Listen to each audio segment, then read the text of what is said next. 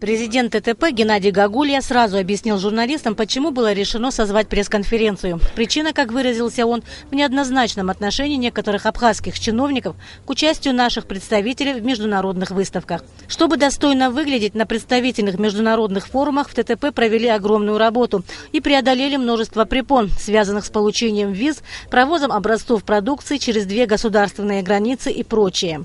Некоторые чиновники могут считать, что это не нужно. Не знаю почему. И это, знаете, картина отношения чиновничества была у нас еще в прошлом правительстве. Но, к сожалению, многие чиновники с прошлого правительства перебрались в новое правительство и продолжают гнуть свою линию.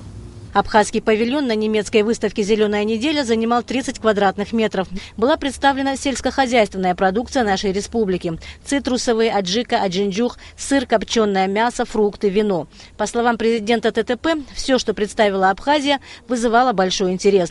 Подробную информацию о свойствах этих продуктов и истории их производства в Абхазии немецкие посетители смогли узнать из релизов на немецком языке.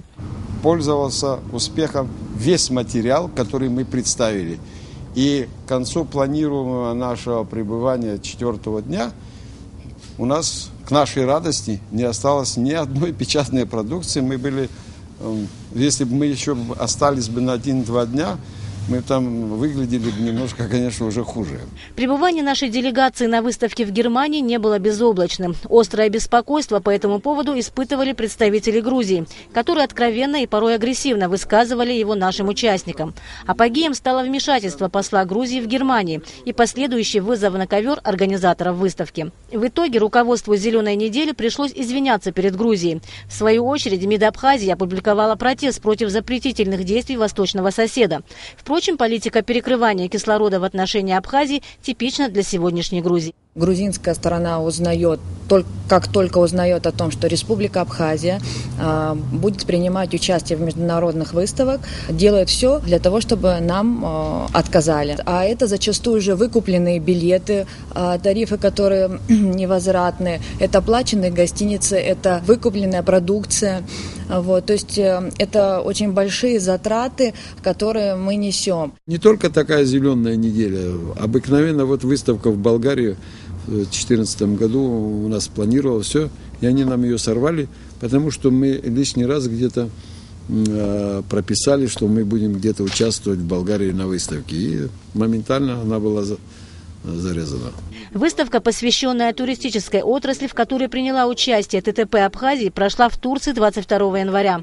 Абхазской делегации не удалось здесь зарегистрироваться официально, но все же она сумела представить на выставке свою страну. Эту возможность предоставила нам одна из турецких фирм. Судя по всему, сегодня война с Грузией лежит в другой плоскости, но от этого она не менее ожесточенная. Работа дипломатическая не предполагает мгновенных видимых результатов. Это длительная, кропотливая работа, которая ведется зачастую в кулуарах. Поэтому люди ждут каких-то результатов сразу, но так не бывает. И любое большое дело начинается с малого. Мы должны продвигать нашу Абхазию на всех уровнях. И на сельскохозяйственных выставках, и на культурном уровне, и в сфере спорта и так далее. Представители ТТП Абхазии ответили на вопросы журналистов, в том числе и о дальнейших планах в области экономического сотрудничества с другими странами. Была Кварчия, Георгий Кутарба, Абхазское телевидение.